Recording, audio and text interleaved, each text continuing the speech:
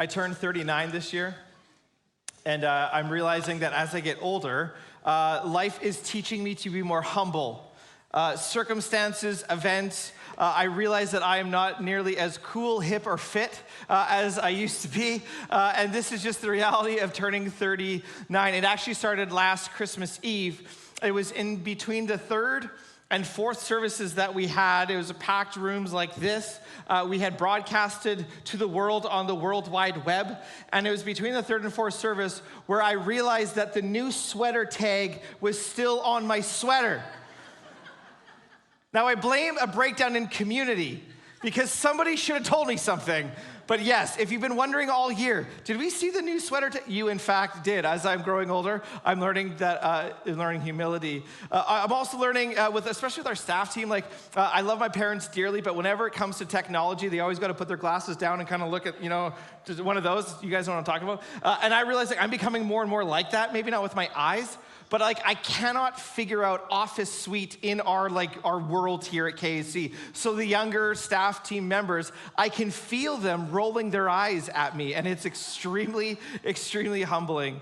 Actually, this year too, what happened to me was I have an Apple Watch and an iPhone, and there's a feature on my watch that I can ping my phone. So in case I lose it, I ping it, and it makes a noise, and I can find it. So I'm looking everywhere for my phone. Where is it? Do the kids have it? Is it in between the couch cushions? All those sorts of things. So I get my watch, and I ping my phone. It just so happened, though, that my phone was in the hand where my watch was on. It's absolutely humiliating and humbling. As I grow older, life is teaching me to be more humble. So maybe that's you. You've had just an extremely humbling year. We're glad you're here. Whether you're happy or even hesitant, like you're just here to make mom happy or just to appease somebody, we're just so thrilled that you're here. What I want to do is I want to read to you Isaiah. Isaiah is an Old Testament writer, and in chapter 9 of his long book, he says this in verse 2. The people walking in darkness have seen a great light. On those living in the land of deep darkness, a light has dawned. There's a sense of the darkness, and where do I find hope and light? And Isaiah is talking about their current reality, but he actually gives them some hope. A future hope, that something is going to happen, that this is going to happen. In verse 6, he says, for to us a child is born, to us a son is given. How is this light going to come? It's actually in this child king. And it says, and the government will be on his shoulders, and he will be called, four things, Wonderful Counselor, Mighty God, Everlasting Father, and the Prince of Peace. Verse 7 says, of the greatness of his government and peace there will be no end. And he will reign on David's throne and over his kingdom, establishing and upholding it with justice and righteousness from that time on and forevermore. The zeal of the Lord Almighty will accomplish this. What Isaiah is doing, if you're not familiar with the whole church stuff, what Isaiah is doing, there's two things. The first thing is that Isaiah is speaking to the Old Testament people of God, Israel. We've been singing about Israel this evening. What he's doing is he's speaking to them at a particular time in their history, to a particular setting, to a particular place. He's addressing these people. But what is going on underneath that is actually 8 centuries before Jesus is born. This is a prediction, or what we would call a prophecy, about the coming of Jesus Christ. And that's been our journey through December. We've been looking at these Old Testament writers and their searches and their whispers of what was to come in the birth of Jesus Christ. Now, what I'm going to do is I want to ask and respond to 2 questions about what I just read to you. The first question is, who is this child? Who is he? The second question is, what is he like? Who is this child? What is he like? But before I get into that, I realize who I'm talking to. This is Christmas Eve.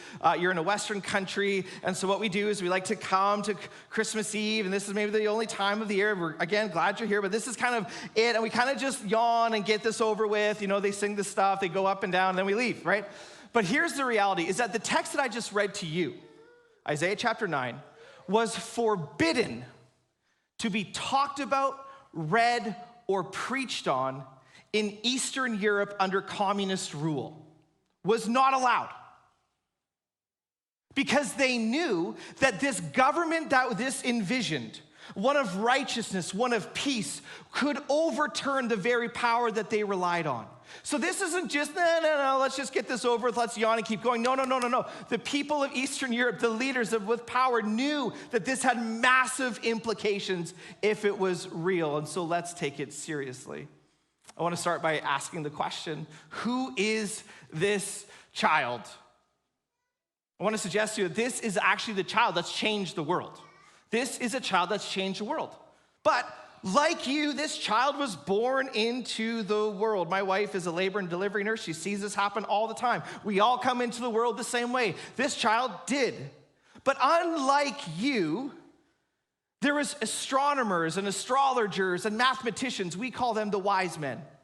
That after some study of the skies and of their discipline, they realized that a world-changing event was happening in a foreign country, and they made the trip to the point where they worshiped Jesus as a toddler, these mathematicians. The night that Jesus was born, unlike your birth, there's tradesmen, common folk. They were called shepherds, just doing their job, blue-collar folks. And all of a sudden, a heavenly messenger with a whole multitude comes and says, hey, something's going on. And they come and they bow at the feet of this little baby. Unlike your birth, this is what happened. Jesus then became Jesus of Nazareth, the one that walked the earth. There's no scholar, there's nobody who actually discounts that Jesus was a historical figure who walked the earth. Most people would agree that he taught, he gathered disciples, that the Jesus of Nazareth suffered under Pontius Pilate, the Roman prefector of the time, was crucified, and the Christian story says was resurrected on the third day, and now is Lord of all things. That this baby who grew up also died and was resurrected. So the Christian claim is. Now, you may not believe any of that. That's fair. But here's what is not up for grabs. The fact that Jesus of Nazareth, the child born into this world, has changed the world. There's a Yale historian. His name is Yaroslav Pelikan. He says this: regardless of what anyone may personally think or believe about him, Jesus of Nazareth has been the dominant figure in the history of Western culture for almost 20 centuries. If it were possible with some sort of super magnet to pull up out of history every scrap of metal bearing at least a trace of his name, how much would be left? So for you coming in here as a Westerner, this person has dramatically changed the way that you perceive your world and experience your world. You are here on his birthday, and he has been long gone from the earth. So let's scan history. What has Jesus changed? The ethics that we hold to in the West of humility, the fact that we should lower ourselves, the ethic of forgiveness, that we should forgive our enemies and reconcile and be at peace. Those ethics reframed by Jesus of Nazareth. The idea of human rights itself, especially for women and children, repurposed because of Jesus. The arts dramatically affected, the cross being the most poignant and recognized symbol in the world. That Jesus of Nazareth has inspired scores of music to bring you to tears and works of literature that you cannot put down because of his life. History itself, he is the hinge point of history, before the Common Era and after the Common Era, or before Christ, BC, and AD, Anno Domini, the year of our Lord. He is literally the hinge point of history. Jesus and Christianity has given to the world thinkers and scientists like Blaise Pascal, a 16th century mathematician, who is the inventor of our modern day calculator. Christianity produced minds like this. All the way to our current moment with a guy like Francis Collins, who mapped the human genome. Because of his faith in an intelligible world and a knowable God, his faith allowed him to perfect his discipline and contribute to our world these ideas. I don't even have time to go through the history of hospitals, orphanages, the education, and the university. My dear friend, I love that you're here, but regardless of what you think about Jesus, he's changed the world. Who is this child? He is the one who has changed the world. But I got better news. Because this isn't just something out there. It's actually here in Isaiah chapter 9, verse 6. It says, "For to us a child is born, and to us a son is given." To us, to you. Yes, to a person like you in Kamloops in 2022. Yes, to a person like you. As I mentioned, Isaiah is writing this at a current moment in the nation's history of Israel.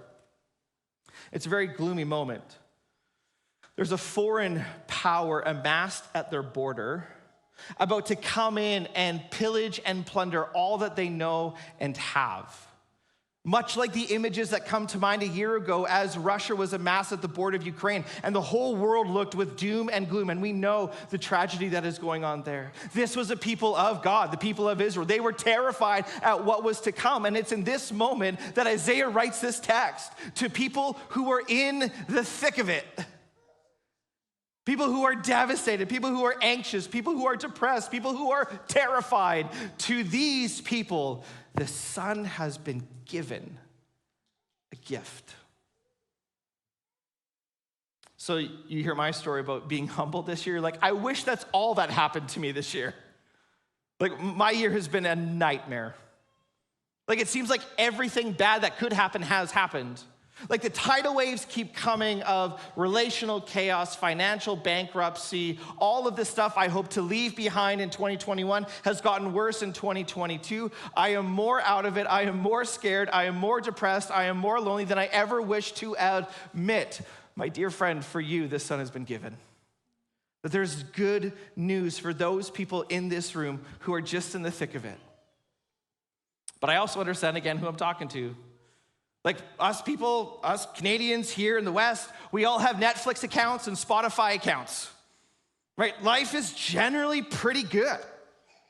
Like, we have a decent financial picture. It's not perfect, but we can live. Our life is generally pretty good and happy. And so the whole idea of Christianity and religion and Jesus, that's for those people who really need it.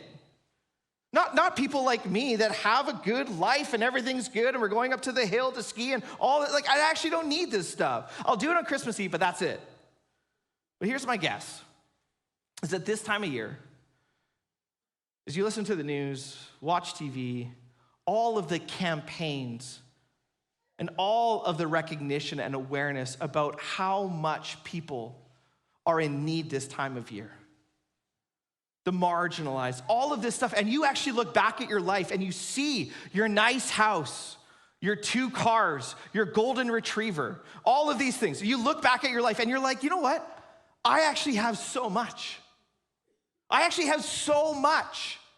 And there's a sense of gratitude that comes because you recognize, oh my goodness, all of this stuff. How is it that I was born in Canada? How is it that I have this education? How is it that, my goodness, I'm so grateful. It's for you that the Son has been given, yes. Because here's the thing. You may feel gratitude, but you don't know who to thank. Jesus is a giver of all good gifts. And to you, the Son has been given that you would recognize that these are gifts given to you. Who is this child? He is the one who has changed the world, and the better news is that he has been given for you, no matter how you arrive this Christmas Eve. Secondly, what is he like? Isaiah gives us these pictures, these names. It says, and he will be called 4 things: Wonderful Counselor, Mighty God, Everlasting Father, and the Prince of Peace. He will be called these things. As a parent, you have that terrifying and great opportunity to name your child.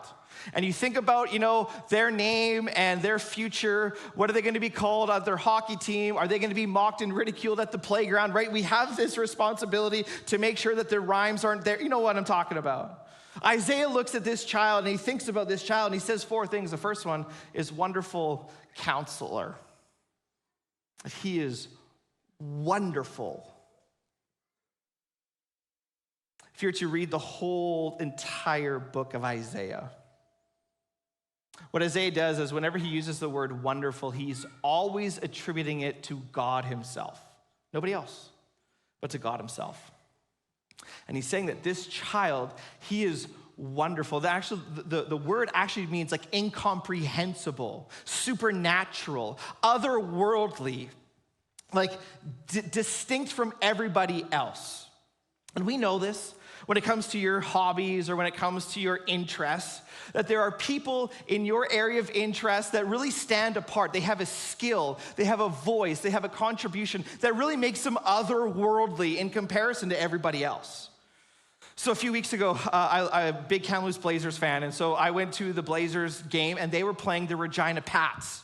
Okay, and the building was absolutely full. People went early to go see not our beloved Blazers, not our Stankoven, not all these players. They actually went to go see the other team's guy.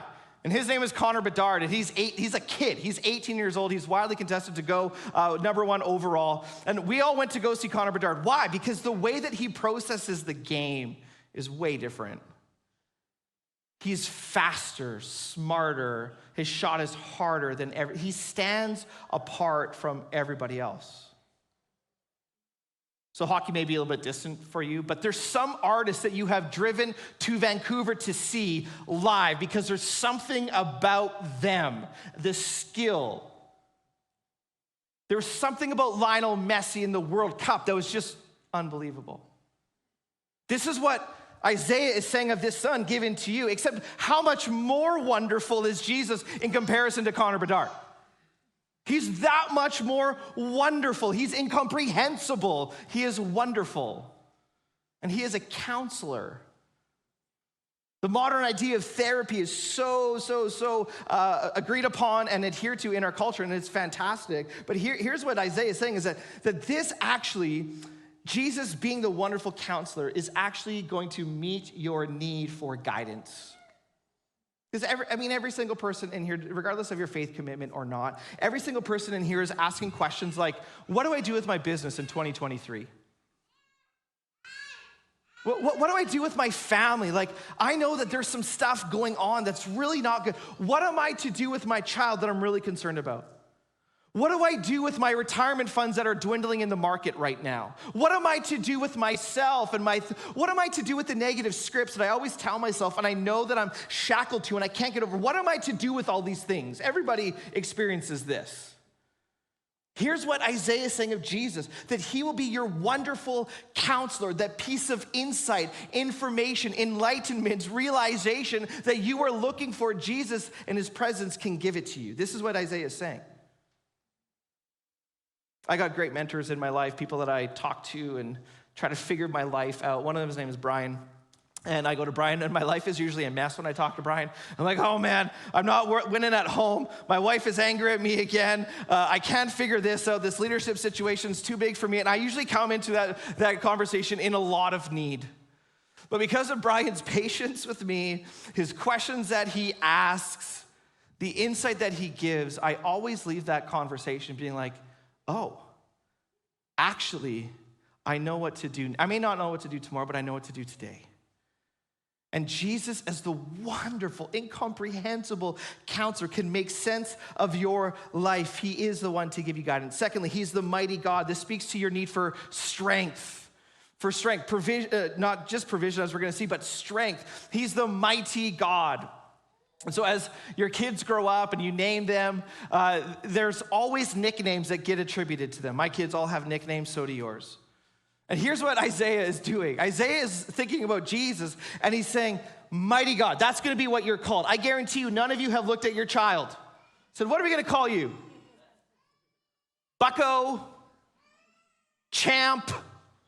No, we're going with mighty God. That's who you are. No, nobody does, but this is what Isaiah does to Jesus. He is the mighty God. He is, in the original language, it's El Gabor. It literally means the hero or the champion. He is the hero or the champion. This talks about your need for strength. Even zoomed in a little bit more, it's actually your need to be delivered is the actual idea. Deliverance is like, oh, what does that actually mean? It actually just means to go from one way to the next, to go from one thing to another thing. So the question of our culture is, how do I change? How do I change? Everyone's out, how do I change? Because we all know we're not who we are meant to be. This is why you're going to have a New Year's resolution in a few weeks that you're going to break by the end of January. Because we all know that we're not who we are to be. And so, how do I change? Like some of us in this room realize that your anger that you have, like if that doesn't change in 2023, like the closest relationships in your life may disintegrate. And you don't really want to admit it, but your emotional wake that you take with you wherever you go is so uninviting and repulsive to the people that you love the most, and you don't know how to change. For some of us, we're more lonely than we ever knew. We feel misunderstood. How do you go from feeling not known, misunderstood, and lonely to being known and loved? How do you go from one thing to the next? This is what Isaiah is saying. This is the claim of Christmas, my friends, is that the Son given who has changed the world, given to you, can be your wonderful counselor and the one to help you change, to become that person. This is what it's saying. And it's this conviction that we have as a church, that no story cannot be changed, transformed, not from the outside in, but from the inside out. That we believe that nobody in this room and nobody in our city is too far gone. We believe it because of the mighty God, because of Jesus Christ, that not one story is too far gone. And this was our conviction as we partnered with the Mustard Seed to open up an emergency weather shelter. Because we believe at the core of who we are that change is possible and that these people need a warm place to sleep so they get another shot at it. That's what we believe. He's a wonderful counselor. He's the mighty God. He's the everlasting Father. This literally just means the possessor of eternity.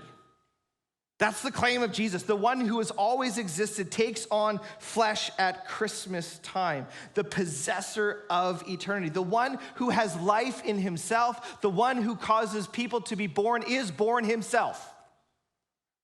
Is what he's saying. The possessor of all these things. Wonderful counselor talks about your need for guidance. Mighty God talks about your need for strength and change. And the possessor of eternity, everlasting Father, is about provision.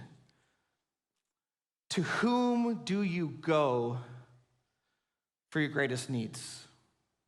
To whom? Where do you go? Christmas story is saying you're probably going to the wrong place. Generally speaking, you're probably going and hoping for that this thing, that relationship, that whatever will deliver on what you hope it will, and it won't provide. And what Christmas says is that actually God doesn't tell you to behold your investment portfolio, this relationship, your comfortable life. What he's asking you to behold at Christmas is him, is Jesus Christ, the everlasting Father, and finally the Prince of Peace. This speaks to your desire for contentment. This literally is the ruler of shalom. Shalom is this Hebrew word, and it means not just like an absence of conflict. It actually connotes a sense of wholeness. He is the Prince of Peace, the one who distributes peace, the one who ushers in peace, the one who gives peace, of contentment. We live in a restless culture with destination mindsets. Maybe when I get, maybe when I have, maybe when this happens, maybe when I reach that, then I'll find peace.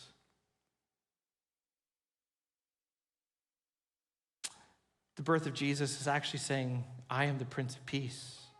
You're not looking for a thing, you're looking for a person. You're looking for me. There's a church father in the 3rd and 4th centuries. His name was Augustine of Hippo, not a hippopotamus. It was the city that he lived in. And Augustine was brilliant. Augustine grew up very, very, very privileged. He was sent to school. He was an orator, expert in logic, philosophy, and really Augustine's whole life was the search for peace. Where do I find it? And so he went to this and he went to that. He wrote a book in 400 AD. It's a brilliant book. It's called Confessions. And in this book, he reflects on the idea of his search for contentment, his search for peace. And it's a whole story about how he actually found it in Jesus. He went to everything and everyone to try to find it. Doesn't work, doesn't work, doesn't work, doesn't work, doesn't work. One of the images that Augustine gives, when he finds Jesus is the idea of oil and water. Oil and water. And what you notice, even if you're to go home tonight, it'd be a little bit weird to do a science experiment tonight on Christmas Eve, but if you do it tomorrow, which is still weird on Christmas Day, maybe on Boxing Day, what you would find is that if you put oil and water together, what's gonna happen every single time is that the oil is gonna rise and the water is gonna go down. Why? Because they're trying to find their proper place due to their density. And as Augustine reflects on his life, the restlessness that he felt, the lack of peace he felt, he's like, it was like me trying to order that differently. He says, peace comes when you actually find the right order, that these things automatically seek their own place. He says this, things which are not in their intended position are restless. Once they are in their ordered position, they are at rest. Don't you see? The Son who's changed the world, given for you, the Prince of Peace, of rest, a deep rest. Christmas Eve, and this text claims that the human need for guidance, strength, provision, and contentment will not be found where you think. It's clear. It's found in Jesus. That's what it claims. And so if some people are like, yeah, like, I've heard this before. Like, I grew up in church, I get the stuff. Or I went to church, I no longer do. The leader I was under, the theology that I was in was destructive, it's repulsive. In fact, all the Christians I know are jerks. I have no desire for any of this. And yet here it stands, guidance, provision, strength, all these things found in Jesus. So why have I never experienced these things? It's like everybody else has and I haven't. I want to remind you that on Christmas Eve, these and more are experienced when Jesus is allowed in and allowed to work. They are experienced to the point and to the level and to the degree that you allow him and allow him in and allow him to work. I want to tell you about the most dysfunctional relationship in my life. It's with the fitness gym. On again, off again. High commitment, low commitment. It's a disaster. People, when they go to the gym, tell me about how amazing it is. Oh, I'm getting more muscles and all the hormones and all that sort of stuff. And I'm like, I've never experienced that before. I can't get mad at the gym I don't go to. I can't get mad at the gym I don't go to. Impossible. Wonderful Counselor, mighty God, everlasting Father, and the Prince of Peace are there to the degree that you allow him in and allow him to work. Let's stand and sing.